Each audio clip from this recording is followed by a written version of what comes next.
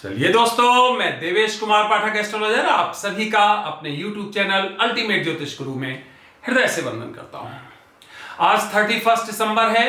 आपको पता है जो इंग्लिश कैलेंडर है उसका अंतिम दिन है आज।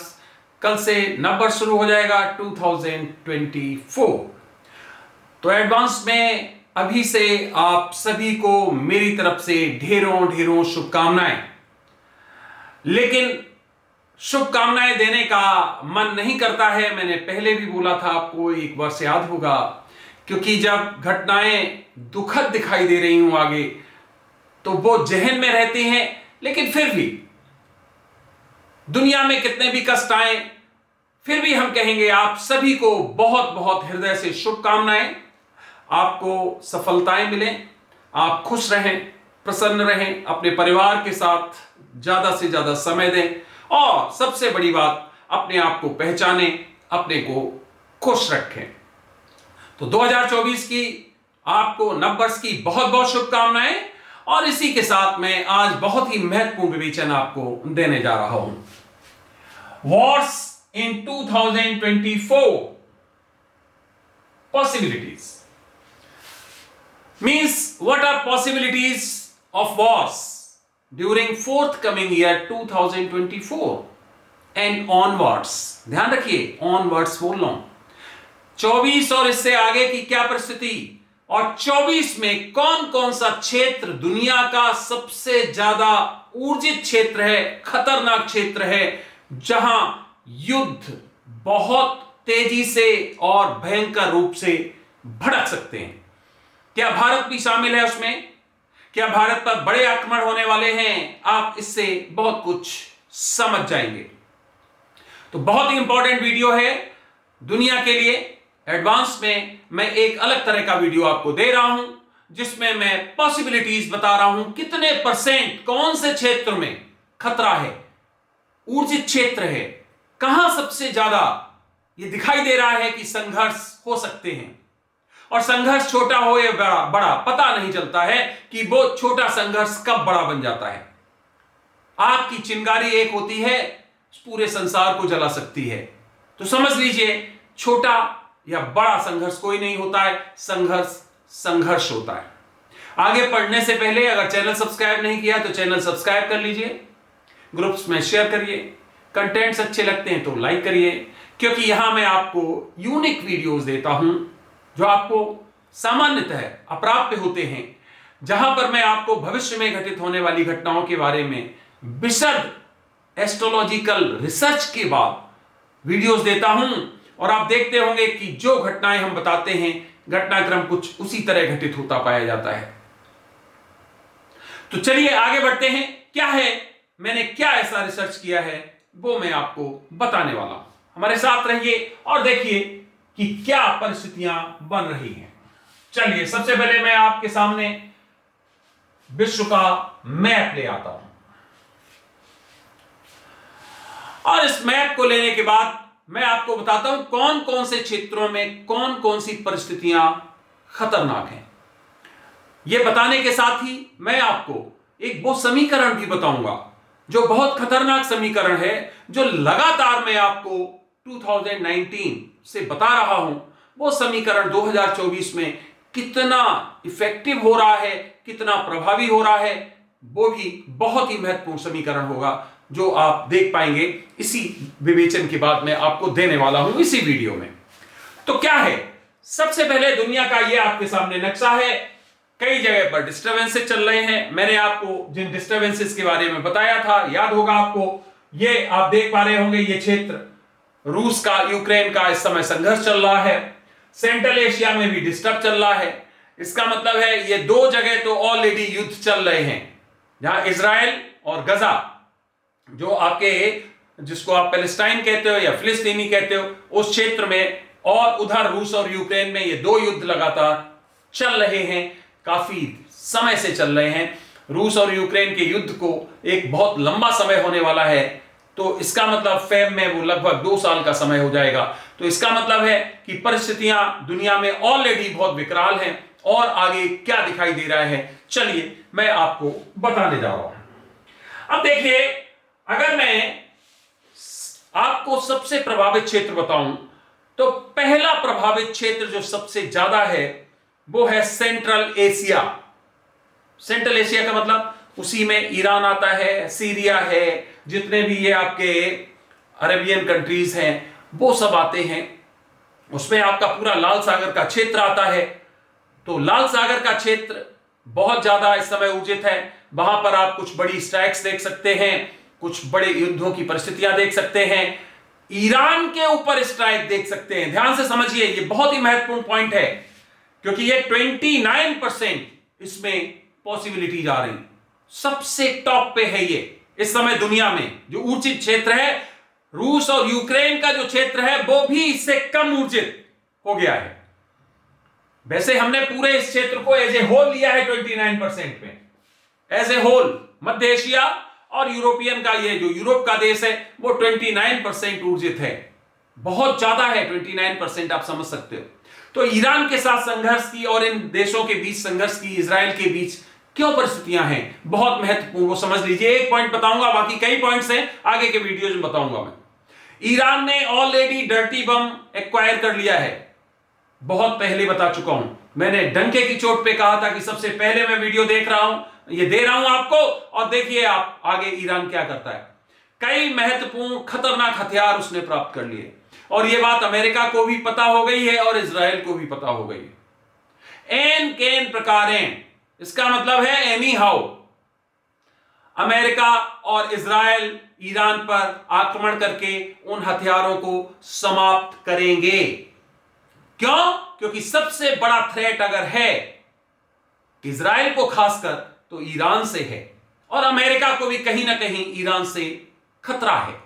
तो इसलिए ईरान के अगेंस्ट स्ट्राइक होगी होगी होगी, बहुत जल्दी होगी। और यहां आप एक युद्ध देख पाएंगे, वो चाहे सीरिया के थ्रू हो, चाहे गजा के थ्रू हो, या फिर कोई और क्षेत्र का एक बहाना बनाया जाए, लेकिन ईरान को लपेटने की पूरी तैयारी है। और 2024 ये बहुत मुफीद है, उपयुक्त है, सूटेबल है। यहां ये परिस्थितियां हो सकती हैं। हो सकता मैं आज आपको वीडियो दे रहा हूं, जनवरी के फर्स्ट वीक में भी कोई ऐसी स्ट्राइक आपको दिखाई दे, कोई ऐसा आपस का संघर्ष शुरू होता दिखाई दे। इसका मतलब ये कभी भी हो सकता है, any time it can happen, क्योंकि बहुत ज्यादा ऊर्जित प्रदेश ये बना हुआ है। तो पहला आपने क्षेत्र समझ लिया जिसमें इस्लामिक कंट्रीज हैं, ये चाहे वो ईरान हो चाहे और क्षेत्र हो, साथ ही साथ इसमें टर्की भी आता है। तो ध्यान रखिए, उसका कहीं ना कहीं योगदान है, बार बार बता रहा हूं मैं आपको। तो यह क्षेत्र सबसे ज्यादा ऊर्जित है जो मैं आपको बता रहा हूं पॉइंट से, वेरी स्पेसिफिक। यहां पर बच के, ये देखिए लाल सागर की परिस्थितियां बन रही हैं, यहीं से इंडिया के आपके जहाज निकलते हैं जो व्यापारिक जहाज हैं, और इन पर कई बार हूथियों ने अभी आक्रमण किया है। तो इंडिया भी कोई सीक्रेटिव यहां पर अभियान चला के और स्ट्राइक कर सकता है। ध्यान रखिए, इसका मतलब है कि ये जो रेड से हमने लिखा है, ये इसी तरह की परिस्थितियां लाल सागर में बनने वाली हैं। लाल सागर किसी ना किसी तरह लाल होने वाला है, उसमें खून बहने वाला है, रक्त बहने वाला है। वो बहुत ज्यादा यहां संभावनाएं दिखाई देने लगी। क्लियर हो गया? 29%। और भी कई कारण है, आगे बताऊंगा एक एक करके। Point number 2, Armenia and Azerbaijan. इसका मतलब ये दोबारा से संघर्ष में आने वाले हैं, क्योंकि दूसरा नंबर इन्हीं का आ रहा है। आर्मेनिया और अजरबैजान का जो नंबर है, जो परसेंटेज है, सॉरी, ये तीसरे नंबर पे आएगा।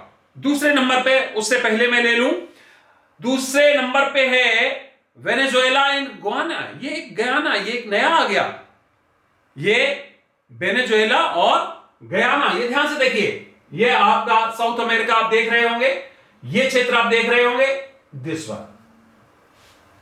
यहां पर भी एकदम ऊर्जित प्रदेश हो गया है, और केवल यही नहीं हो गया है, ये आगे तक बढ़ गया है। इसका मतलब है यहां पर भी कोई संघर्ष की परिस्थितियां दिखाई दे रही हैं। ये क्यों होने वाला है, इसकी भी कुछ रिसर्च कर रहा हूं मैं, जिसमें यहां पर पाए जाने वाले, गयाना में पाए जाने वाले कुछ नेचुरल रिसोर्सेज हैं, पर्टिकुलरली पेट्रोलियम प्रोडक्ट्स, जिसमें पेट्रोल हो सकता है, डीजल हो सकता है, गैसेज हो सकती है, कुछ और भी हो सकता है, वो तो वहां पर कई लोगों के इंटरेस्ट जुड़े हुए हैं, कई लोगों के, इसका मतलब कई कंट्रीज के। तो जब कई कंट्रीज के उस पे इंटरेस्ट जुड़े हुए हैं, वो अमेरिका भी है उसमें, तो वो यूके भी है उसमें, तो कुछ और यूरोपियन कंट्रीज भी है उसमें, उनके इंटरेस्ट जुड़े हुए हैं।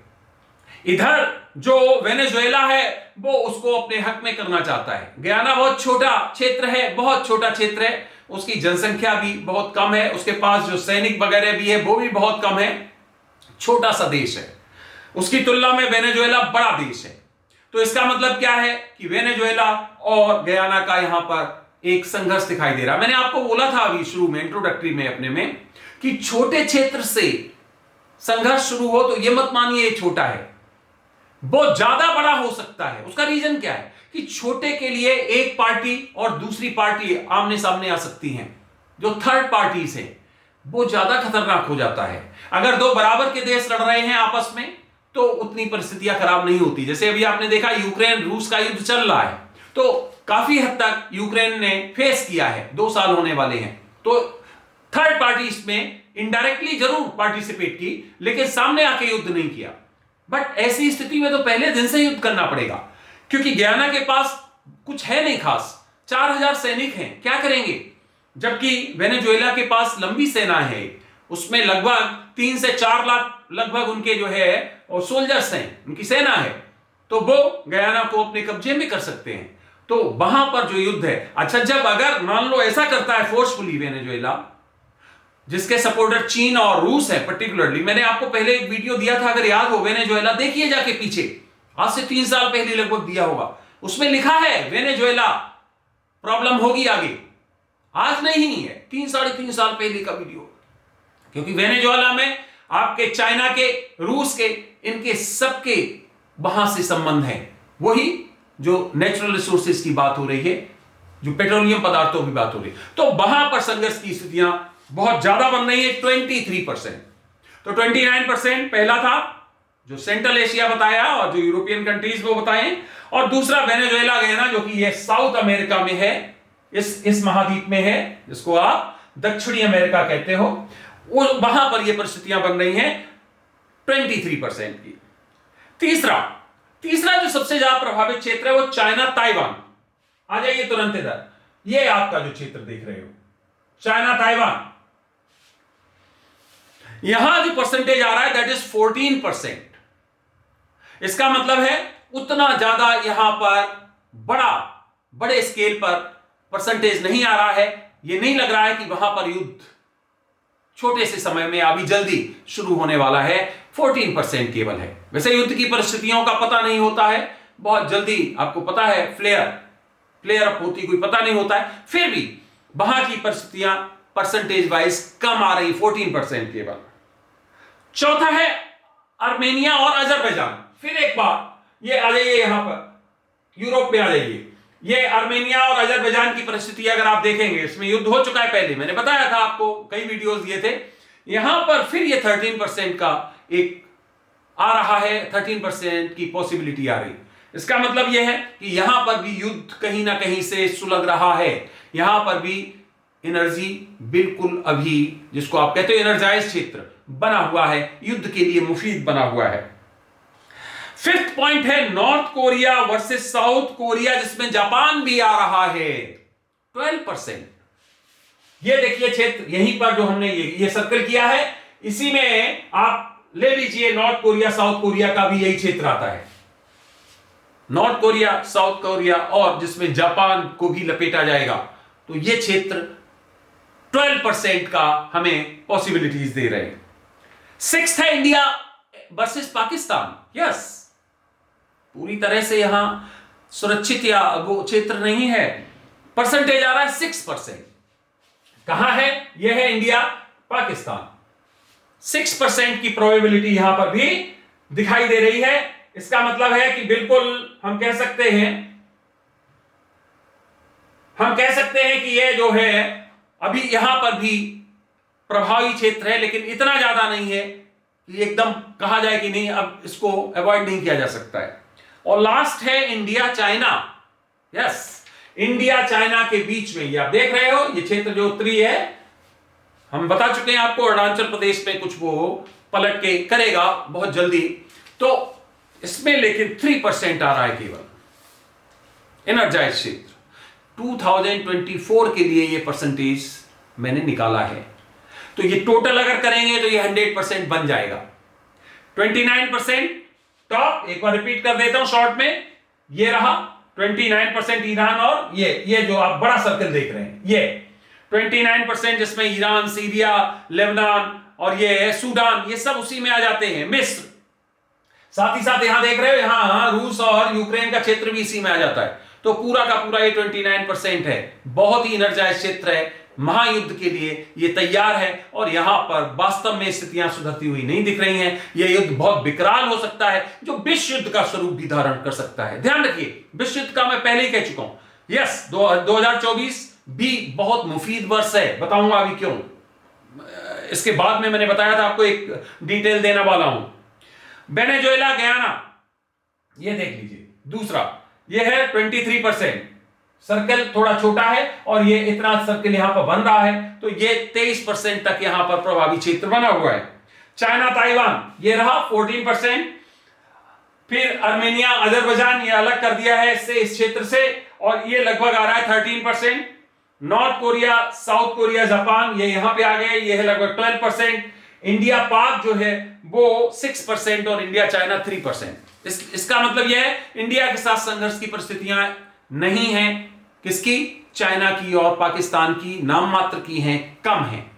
तो ये हमारा परसेंटेज है। अगर उसको टोटल करोगे, सम अप करोगे तो 100% हो जाएगा। 29, 23, 14, 13, 12, 6 एंड 3, ये 100% बन जाएगा। तो ये पॉसिबिलिटी है युद्ध के लिए। अब मैं आपको वो पॉइंट बताने जा रहा हूं कि जो मैंने बताया था कि क्या होने वाला है, जिसमें आपको याद होगा, हमने आपको वीडियो शुरू होने से पहले बताया था एक महत्वपूर्ण पॉइंट, कि आखिर ये पर्टिकुलर ईयर क्यों इतना इंपॉर्टेंट है, क्यों इतना खतरनाक है। अब वही मैं आपको बताने जा रहा हूं कि आखिर ऐसा क्या है इसमें, जिसके कारण से ऐसी परिस्थितियां हमारे सामने बनती हुई दिखाई दे रही हैं। चलिए देखते हैं। ये ईयर है 2024। अब 2024 का मतलब यह हो गया कि अगर हम इसको स्प्लिट करें 2, 2, 4, 4, 8, तो पहला पॉइंट तो यह हो गया कि यह शनि का अंक आ गया, द डिजिट ऑफ सैटर्न। मैं आपको पहले वीडियो दे चुका हूं कि सैटर्न बहुत प्रभावी रहने वाला है, वो जस्टिस करने वाला है, वो जितने भी आतताई हैं, जितने भी अधर्मी हैं, उनको सबको दंडित करने वाला है, और ये कालखंड बहुत ही प्रभावी है। सब कुछ बता चुका हूं आपको, क्योंकि वो अपने साइन में है, वो एक्वेरियस में है, कुंभ में है, मूल त्रिकोण साइन में है, बता चुका हूं पहले। अब यहां पर जो 8 हुआ है, ये क्या है? ये 2 का क्यूब है। याद करिए, लगातार 2019 से बता रहा हूं कि 2 की फ्रीक्वेंसी बहुत खतरनाक है युद्धों के लिए, महायुद्धों के लिए। ये आज से नहीं, जब कोई युद्ध शुरू नहीं हुआ था तब बताया था मैंने। अब जरा 8 का 2 का क्यूब किया तो 8 हो गया 2024 को। अगर अलग अलग देखें तो ये भी 2 है, तो ये भी 2 है, तो ये भी 4 है। ये 0 कोई भी इसमें ऑड नंबर नहीं है, इवन नंबर सभी दिखाई दे रहे हैं, इवन डिजिट हैं सभी, even digit, even digit, even digit. 0 is neither even nor prime, लेकिन ये जिसमें लग जाता है उसी को इवन बना देता है, तो उसको भी हम इवन ही मान के चलेंगे। तो 2024 कैसे भी निकालो, 2, 2, 4 अलग अलग, या 8 अगर इसको सम अप कर दें तो 2 का क्यूब हो गया। इसका मतलब एक तो ये हो गया। अब ये जब इसको मंथ्स और डेट्स भी ऐसे मिलेंगे खतरनाक वाले, तो बहुत मुसीबत होने वाली है। जैसे कि 2024। अब इसमें आप देख रहे हैं सब कुछ 2, 2, 2 है। फैम में ये और इसके साथ देखिए 22 टू 2024,